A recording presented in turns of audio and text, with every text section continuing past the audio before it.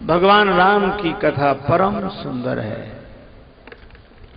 करतालिका के समान ताली बजाओ। अरे यह ताली तो बजाओ, लेकिन जिस ताली की ओर संकेत है उसे समझ लो। आपने ताली बजाई, दो हाथ मिले, ताली की ध्वनि हुई। इसी तरह श्रोता, श्रद्धालु श्रोता के प्रश्न और विश्वास पूर्वक जब वक्ता उत्तर देता है, ये जब दोनों मिलते हैं तो करतालिका बजती है। और वह करतालिका तन के वृक्ष की मन की शाखा पर बैठे हुए संशय के पक्षी को उड़ा देती है। संशय विहग उड़ा। देखो भाई, भगवान राम की कथा अनंत है, इसका कोई अंत नहीं है। और जो अंत कर सके इस कथा का, ऐसा कोई संत नहीं है।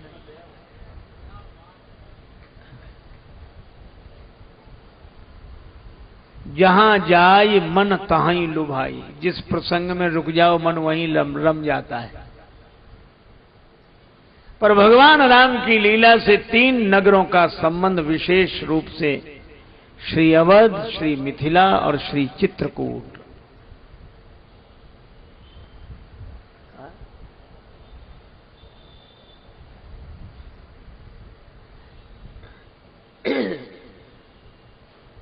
जन्म के समय मिथिला विवाह, जन्म के समय अयोध्या, विवाह के समय मिथिला, वनवास के समय चित्रकूट।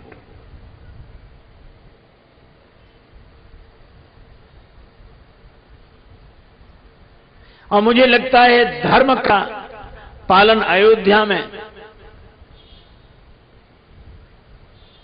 भक्ति का पालन मिथिला में और प्रेम का पालन चित्रकूट में। भगवान मिथिला से अवध आए, अवध से चित्रकूट। मार्ग में मिला, बड़ा प्रसिद्ध प्रसंग है। ऐसा मिला जिससे भगवान मांग रहे हैं। मांगी मांगी नावन केवट आना। मांगी नावन केवट आना। मांगी नावन केवट आना। मांगी नावन केवट कही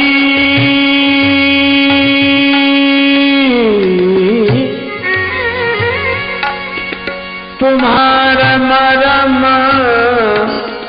मैं जाना। मांगी नावन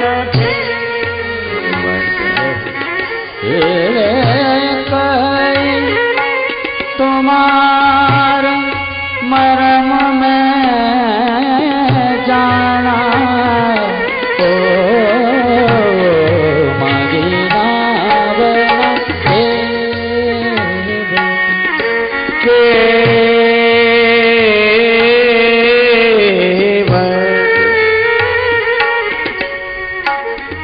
केवट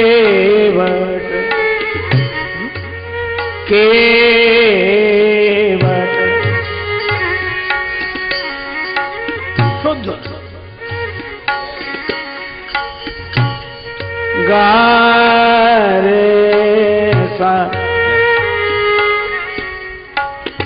पाधा पद सा। मांगी नावन केवट न केवट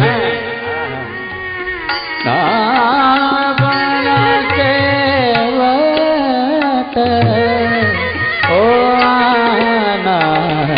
मांगी नावन केवट नावन केवट ना।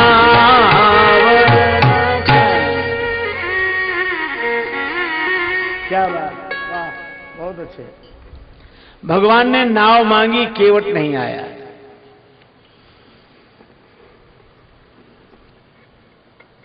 बेचारे केवट ने अब तक आदेश सुना था, याचना नहीं। और भगवान आदेश नहीं दे रहे, मांगी नाव, मांगी, है ना।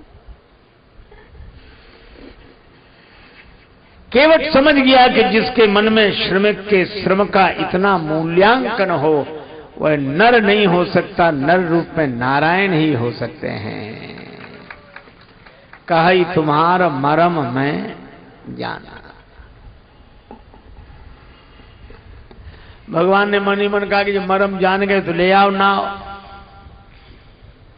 केवट बोला नहीं लाऊंगा क्योंकि मरम जान लिया है।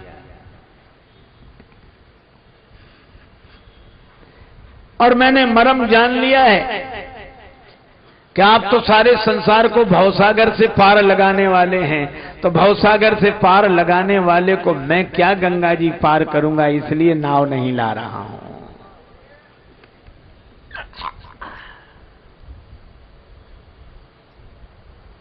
जे सुमरे रजमेरु शिलाकन होत अजाकुर बारिद बाढ़े, तुलसी जिनके पद पंकज ते प्रगटी तरनी जो हरे अग गाढ़े, नाम अजामिल से खलकोट अपार नदी भव बूढ़त काढ़े, ते प्रभु या सरिता तरिवे कहां मांगत नाव कगार है ठाड़े। पार करने वाले पार जाने के लिए खड़े हैं। प्रेम नदिया की सदा उल्टी बहे धार, प्रेम नदिया की सदा उल्टी बहे धार। ओ प्रेम नदिया की सदा उल्टी बहे धार, कौन पावे या को पार, प्रेम नदिया की सदा उल्टी बहे धार। कौन पावे या को पार, प्रेम नदिया की सदा उल्टी बहे धार। कौन पावे या को पार, प्रेम नदिया की सदा उल्टी बहे धार। केवट बोला मैं आपके बारे में जानता हूं। अब ये बात तो बड़ी खराब है। कैसे? एक अध्यापक ने अपने विद्यार्थी से कहा कि तुम्हारे पिता हमसे 5,000 रुपए उधार लें 3 रुपए प्रति सैकड़ा ब्याज की दर से, तो 6 महीने बाद कितना लौटाएंगे, हिसाब लगा के बताओ। तुम विद्यार्थी हो, मैं तुम्हें गणित पढ़ाता हूं, हिसाब लगा के बताओ। विद्यार्थी बोला सर 1 नया पैसा नहीं। अध्यापक ने कान पकड़ के तमाचा लगाया, तुझे गणित नहीं आता? क्यों रे, तू गणित नहीं जानता? वो बोला मैं तो हिसाब गणित जानता हूं, लेकिन आप मेरे बाप को नहीं जानते। उसने जिसका लिया है दिया है आज तक, जो तुम्हारा ही देगा।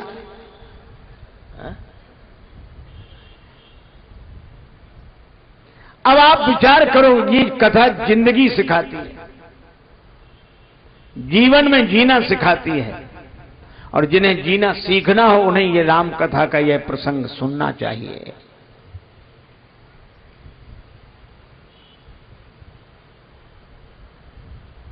राज्य चला गया अयोध्या का। एक दिन पहले सूचना थी कल युवराज पद पर बिठाया जाएगा, और दूसरे दिन का कपड़े उतारो, इन पर भी तुम्हारा अधिकार नहीं, वन को निकल जाओ।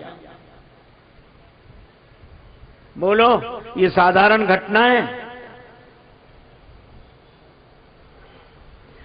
और उसके बाद भी जिस माता ने षड्यंत्र करके वनवास दिया, उस माता के चरणों में श्री राम सिर रखकर प्रणाम करते हैं। माता आशीर्वाद दो, ताकि आपके आशीर्वाद से जंगल में भी मंगल हो। यह है रामचरित्र। इसीलिए राम जी जैसा दूसरा नहीं है।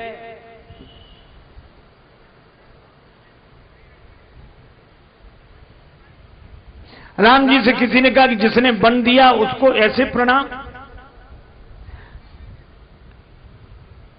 एक आपने नाम सुना होगा, लुकमान हकीम। हकीम लुकमान अपने गुरु के पास बैठे थे, बालक थे। गुरु कुछ लिख रहे थे, तब तक कोई ककड़ी दे गया। सुनना उनके गुरु ने आधी तोड़ के अपने पास रख ली, आधी लुकमान को दी कि लो खाओ। लुकमान आराम से खा गए। बाद में लिखने पढ़ने के बाद उन्होंने ककड़ी खाई, बड़ी कड़वी थी, बहुत कड़वी। तो गुरु ने कहा कि तुम्हें समझ में, कड़वी ककड़ी तुम खा गए, कड़वी ककड़ी खा गए। लुकमान ने हाथ जोड़कर कहा, हुजूर मैं ककड़ी नहीं देख रहा था, मैं तो उन हाथों को देख रहा था जिन हाथों ने ककड़ी दी है।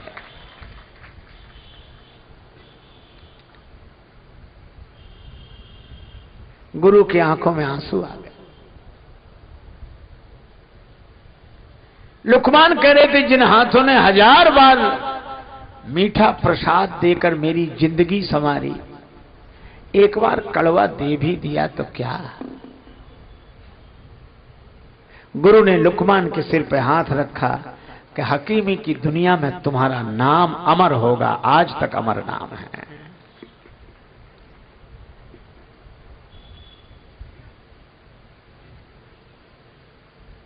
राम जी सोचते हैं कि जिस मां ने दूध पिला पिला के पाला, गोद में खिलाया, चलना सिखाया, बड़ा बनाया, तो क्या बड़ा बनने का यही उद्देश्य है कि उस मां ने एक बार कह दिया